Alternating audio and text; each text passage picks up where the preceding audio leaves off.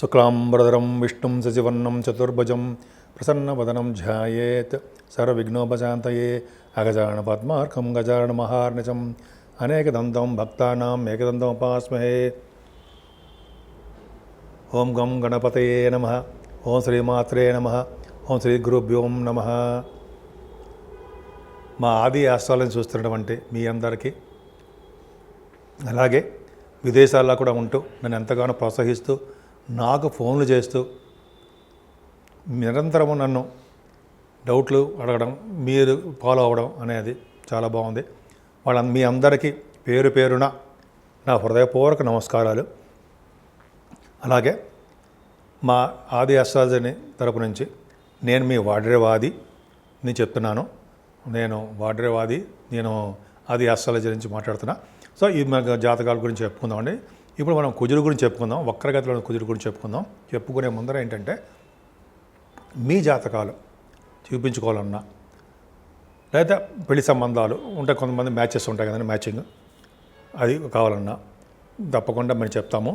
ముందర అన్నిటికన్నా ముఖ్యం ఏంటంటే మీ date of birth, time of birth.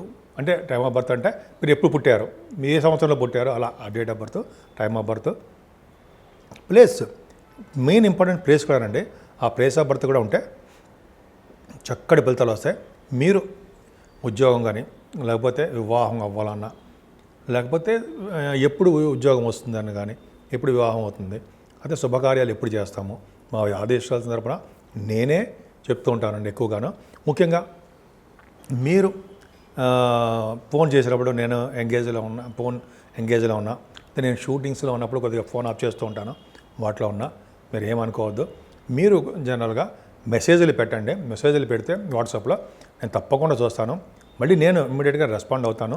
మీకు ఫోన్ చేసి మరి మీకు ఏం కావాలి, మీరు ఏం కావాలనుకుంటున్నారో, మీరు ఏం తెలుసుకోవాలనుకుంటున్నారు అనేది డిస్క్రిప్షన్లో మీరు రాస్తే నాకు అర్థమైపోతుంది.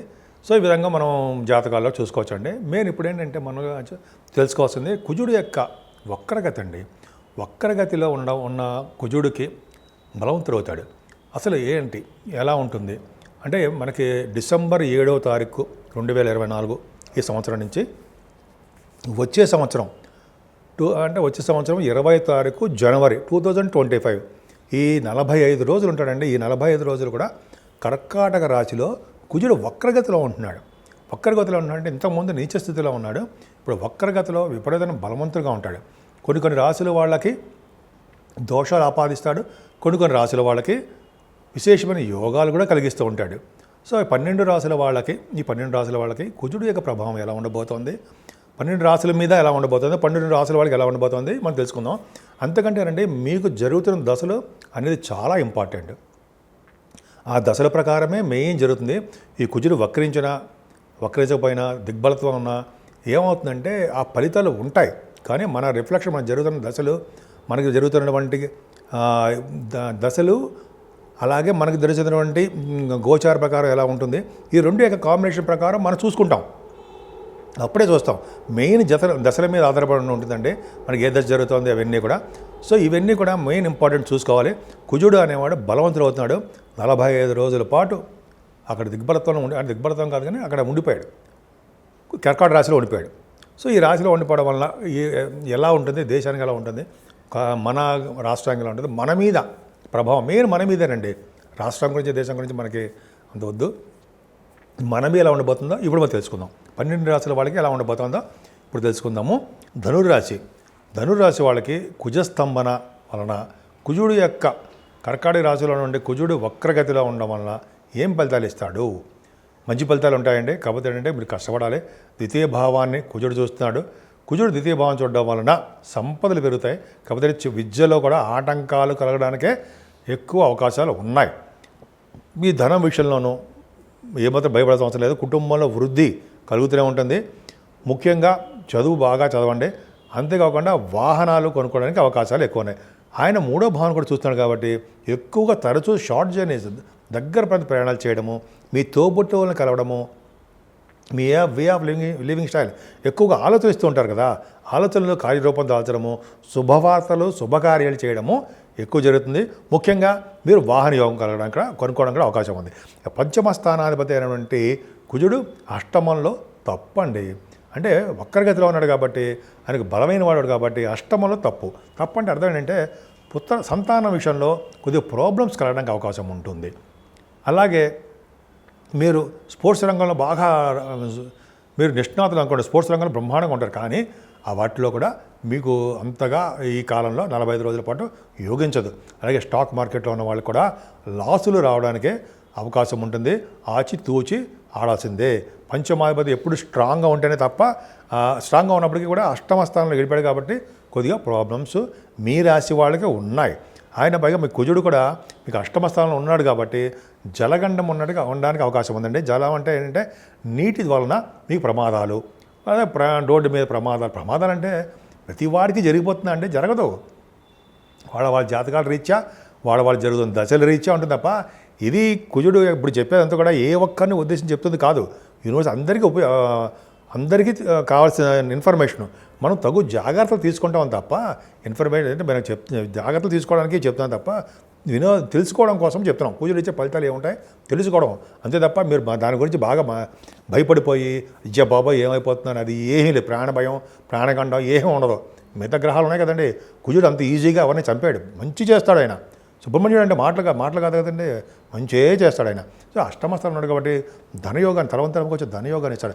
కానీ కొంతమందికి ఈ కోర్టు కేసులు కానీ లేకపోతే పోలీసు కానీ చిన్న ఇబ్బందులు ఉన్నాయనుకోండి కుటుంబంలో కానీ, అది కొద్దిగా మీకు ఇబ్బంది పెట్టడానికి అవకాశం ఉంటుంది. అందరికీ కాదండి, నేను చెప్పినట్టుగానే దశల ప్రకారం ఆధారపడి ఉంటుంది. సో ఏదేమైనా కుజుడు మీకు 11వ ఇంటిని కూడా చూస్తాండి. 11 ఏంటంటే మీ అన్నయ్యలకి అక్కయ్యలకి బాగుంటుంది. మీ చేస్తున్న వ్యాపారాలు ముఖ్యంగా భూసంపదలోనండి మీకు భూముల వలన కలిసి రాకపోవడం జరుగుతుందండి. భూముల వలన ఇబ్బంది పడుతూ ఉంటారు, నష్టాలు రావడానికే అవకాశాలు ఉన్నాయి. కానీ 11 బాగుంది కాబట్టి మీరు ఏ వ్యాపారం చేసినా వ్యాపార అభివృద్ధి కలుగుతుంది. భూములు తప్ప ఏ వ్యాపారం చేసినా సక్సెస్ అవుతారు. కొద్దిగా జాగ్రత్తగా ఉండండి. ఒక్క ధనురాశి వాళ్ళకి మాత్రమే చిన్న ప్రాబ్లమ్స్ ఉన్నాయి. ఏదేమైనా సుబ్రహ్మణ్య స్వామి ఆరాధన చేసుకుంటే మీకు ఉన్నతంగా రాణించడానికి అవకాశాలు ఎక్కువ ఉన్నాయి. ఇప్పుడు మనం రెమెడీస్ గురించి తెలుసుకుందామండి. కుజుడు అనుగ్రహం 12 రాశుల మీద కలగాలి, అవునా? ఇప్పుడు కుజుడు కొన్ని రాశులకి యోగాన్ని, కొన్ని రాశులకు అవయోగాన్ని కలిగిస్తున్నాడు కదా.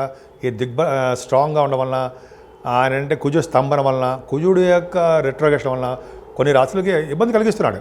అది ఇబ్బంది అంటే మరీ ఇబ్బంది కాదు, కానీ కుజుడు యొక్క అనుగ్రహం కలగాలి కదండి. మనందరూ అన్ని రాశుల వాళ్ళకి మనందరికీ బాగుండాలి కదా మనందరం, అవునా? కాబట్టి కుజుడు సుబ్రహ్మణ్య స్వామి పూజలు చేసుకుందాం. సుబ్రహ్మణ్య స్వామి కళ్యాణం చేయించుకున్నా, సుబ్రహ్మణ్య స్వామి అష్టోత్తరం చేసుకున్నా ఇంట్లోనే, లేదా పుట్టలో పాలు పోసిన, ఈ విధంగా సుబ్రహ్మణ్య స్వామి ఆరాధన ఈ 45 రోజులు బాగా చేసుకుంటే నిరంతరం సుబ్రహ్మణ్య స్వామి కొలవడం వలన ఏం చేయదండి మనకు తెలియదు. మనకు చిన్న మంత్రం చెప్పండి. అంటే ఓం మెలికిలిసా అండి, సం శరవణ భవాయ నమః, ఓం సం శరవణ భవాయ నమః, ఓం సం శరవణ భవాయ నమః అనే మంత్రాన్ని బీజాక్షరం నేను 108 సార్లు రోజు చెప్పించుకోవడం వలన 12 రాశుల వాళ్ళకి అద్భుతం ఫలితాలు ఉంటాయండి. ముఖ్యంగా సుబ్రహ్మణ్య స్వామి ఆరాధన ఎంతో పవర్ఫుల్. సుబ్రహ్మణ్య స్వామికి పాలతో అభిషేకము, తేనెతో అభిషేకము ఇలా ఉన్నాయి కదండి, అన్ని అభిషేకాలు ఉన్నాయి కదా. పైగా ఆయన గంధంతో అభిషేకం చేస్తే పుణ్యఫలం ఉంటుంది అంటారు. అరగదీసిన గంధం ఉంటుంది కదా, ఎవరైతే అరగదీసిన గంధాన్ని సుబ్రహ్మణ్య స్వామికి మొత్తం అంతా రాస్తారో వాళ్ళకి పుణ్యం అధికంగా ఉంటుంది. వీడు ఏ జన్మలో చేసుకున్న పుణ్యమో అంటుంటాం కదా, అది పుణ్యం అని ఇలాగ వస్తాయి. పుణ్యం చేసుకోవడం అంటే ఏంటి? గంధాన్ని సుబ్రహ్మణ్య స్వామికి రాయడమే. సుబ్రహ్మణ్య స్వామి అంటే మనకు విగ్రహం ఉంటుంది, అయితే మా ఇంట్లో పాము కూడా ఉంటుంది, 5 తల పాము, వెండిది, బంగారం పూజ చేసుకున్న, పాల అభిషేకం చేసుకున్న అద్భుతమైన ఫలితాలు వస్తాయి. ఈ విధంగా సుబ్రహ్మణ్య స్వామికి పూజ చేసుకుంటే ఏ ఫలితాలు వస్తాయి? భార్యాభర్తల విషయంలో అనురాగం పెరుగుతుందండి, మనస్పర్ధలు ఉండవు, త్వరగా వివాహ శుభకార్యాలు జరిగిపోతాయి, వివాహాలకి ఆటంకం ఏర్పడదు. ముఖ్యంగా సంతానం విషయంలో ప్రాబ్లమ్స్ వస్తాయి. సార్ పుట్టట్లేదురా బాబు సంతానము, ఎట్లాగ అనుకుంటాం కదా చాలామందికి. కుజుడు ప్రభావం, సర్పదోషం ఉంటుంది కొంతమందికి, అంటే రాహుకేతులకి కుజుడు ప్రభావం ఉంటుంది. ముందు కుజుడు ప్రభావం కాబట్టి పంచమ స్థానంలో సంతాన విషయంలో ఇబ్బంది కలుగుతుంది. కాబట్టి ఈ సుబ్రహ్మణ్య స్వామి పూజ చేసుకుందాం, ఇబ్బందులన్నీ తొలగిపోతుంటాయి.